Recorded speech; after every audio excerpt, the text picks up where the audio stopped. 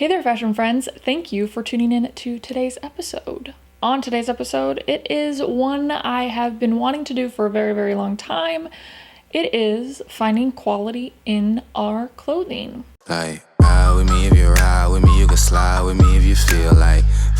Ride with me if you ride with me, you can slide with me if you feel like.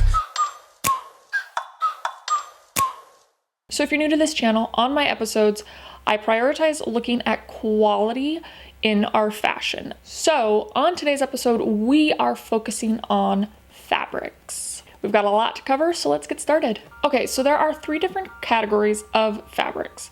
There is natural, semi-synthetic, and synthetic. So the first one, natural, usually includes, or doesn't, not usually, it does include cotton, silk, wool, linen. The reason why they're natural is they come from a natural source, as well as that they're very breathable and decompose over time. Then we have a semi-synthetic, which is derived from natural sources, however has a man-made manufacturing process. These are going to be your rayon fabrics that come from wood cellulose, fabrics like viscose, lyocell, modal, and even plant-based leather. These normally are going to be pretty breathable, are going to wear well over time. Then we have synthetic. Synthetic is completely man-made and does not derive from anything natural. These are going to be your fabrics like polyester, acrylic, nylon, spandex, elastane. Most of the time they're not going to be breathable, and these fabrics are not usually biodegradable. Okay, so that is your sort of breakdown on the different types of fabrics that you're going to be looking at. There's definitely good and bad to all of them, some having more good versus bad, and vice versa. What I would like to get further into is just sort of my tips or my experiences that I have had over the years. Okay, so the first tip is going to be avoid blended fabrics. If you ever see me in a store, you will not see me pull out a piece or bring it to the dressing room without first finding that tag and reading what the fabric is made out of. I do get some funny looks from the employees sometimes, but whatever. So yeah, this is a very tricky thing to know when it's okay and when it's not okay. So my theory is to normally try to stay away from blended fabrics. I myself try to stay away from blended fabrics when I can, but obviously there is a time and a place for those blended fabrics. Should I say blended fabrics one more time? Blended fabrics. Where you can get away with it more is pieces that you're not going to be washing on a consistent basis. But my ultimate rule of thumb for this is to not blend categories. So not blending a natural fiber with a synthetic fiber, for example. The items that you're gonna have issues with are things like your t-shirts, shirts, pants, things that you are going to be washing on a regular basis. So t-shirts, for an example, a lot of t-shirts out there are a cotton poly blend.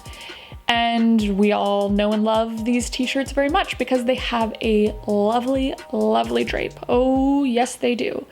And I have definitely succumbed to that, that temptation many of times. However, now I've realized over time that having those type of blends, the t-shirt does not wear well over time and will lose its fit. Over time, as you wash that more and more, the cotton fibers and the poly fibers will shrink at a different rate and therefore warping the fit of your shirt and ultimately making that beautiful drape and fit that you fell in love with in the first place completely irrelevant. So there we go. Yeah. So short story long, that is why I do not like blended fabrics. Or blended category fabrics, I should say. Okay, so tip number 2 is Egyptian cotton is hard to beat. Egyptian cotton is hard to beat.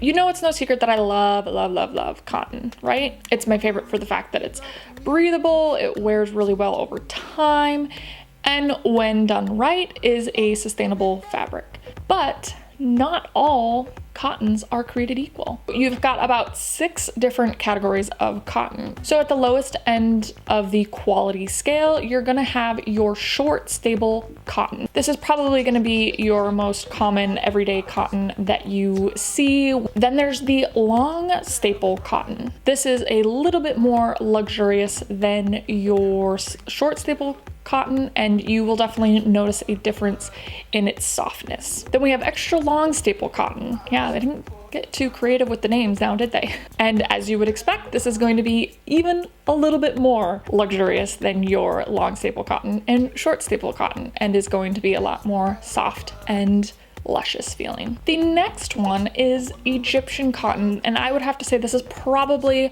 my favorite cotton because I just love how luxurious it is, yet still very durable. Then we have Pima cotton, which is the most durable cotton in existence, as they say. And then at the top of our spectrum, we have Sapima cotton. And basically what this means is that this has been certified by the American Sapima Association, and all Sapima cotton is considered organic cotton for that reason. So this is definitely going to be your most expensive cotton out there, but it's also going to be your highest quality and your most luxurious, softest. It's just has an amazing, beautiful, beautiful drape. One of the reasons why I do love cotton is that I do feel like it's a very approachable fabric. It is everybody's fabric. It can be low maintenance and it can be luxurious. So it's just a great, diverse fabric. I love that you can wear it in the summer and be super breezy, or that you can layer it up in the winter without overheating. When it is done correctly, it is probably the most sustainable fabric you can purchase. So that is the reason why cotton is my favorite fabric. And so when you can, go cotton. Okay, tip number 3 is look for the badge of honor. Although fabrics like cotton seem to be the best idea, again, these things are not all created equally. You definitely want to try to prioritize companies that are trying to do things in the right way. And companies that are doing things the right way will usually try to make it as easy as possible for people to be aware of that. So that is why you want to look for those little badges. Again, referring to Sewport's website, they have a great little scale here to show you the different sort of badges you can be looking for. We have the European Union standards, the USDA certification, which is probably the organic badge you'll see the most. But as well as that, you will have the American Sapima Association. And then we have the independent organizations like Global Organic Textile Standard, which is the GOTS initials that you will see next to a lot of organic cotton fabrics. And then you have the Ocotec certification. I would say the most notable and relevant certifications are the GOTS and the Ocotec, because these are organizations that are specifically focusing on ensuring organic product is being brought to consumers. So those are definitely badges to keep a lookout for to ensure that you are getting the best quality, most sustainably produced cotton. Okay, tip number 4 is don't pull the wool over your eyes. So wool is actually derived from various hairs of different animals. And because of its high heat retention, it is used most commonly in sweaters, coats, hats. I look at wool as sort of a counterpoint to cotton. Because it sort of provides all the things that cotton doesn't. However, still being somewhat breathable and moisture wicking, it's going to be an excellent choice for you in the wintertime because you will hold in that heat, but also not overheat. My only dilemma with wool is that as a vegan, this to most extremist vegans is not a vegan fabric. And that is what I struggle with the most because the sustainable sort of quality side of me sees wool as one of the best materials, but as a vegan, I feel a bit guilty with that. So there are some different approaches that you can take to getting your wool. Originally, when wool was discovered or being produced, it was taken from the moltings of the sheep. In the springtime when they were molting their heavy coats.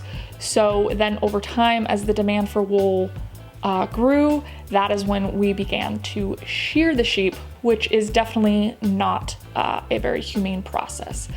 So there definitely are some companies that are taking more humane approaches in gathering their wool, as well as that there are people that are using alternatives to sheep's wool, like alpaca wool, for an example, which is a lot more of a humane process. Another approach is one that I really like to take is the purchasing things that are made out of recycled wool. One of my fellow vegan friends actually also said that what her approach is that when she does buy wool, she will buy secondhand wool. Okay, tip number 5 is semi-synthetic looks good on you. For a while, I associated semi-synthetic fabrics like viscose and modal to be sort of a cheap alternative to cotton. What really made me change my tune was when I received a pair of jeans from Everlane. They're authentic stretch jeans that had a good portion of tencel lyocell in them, and therefore making them a stretch denim,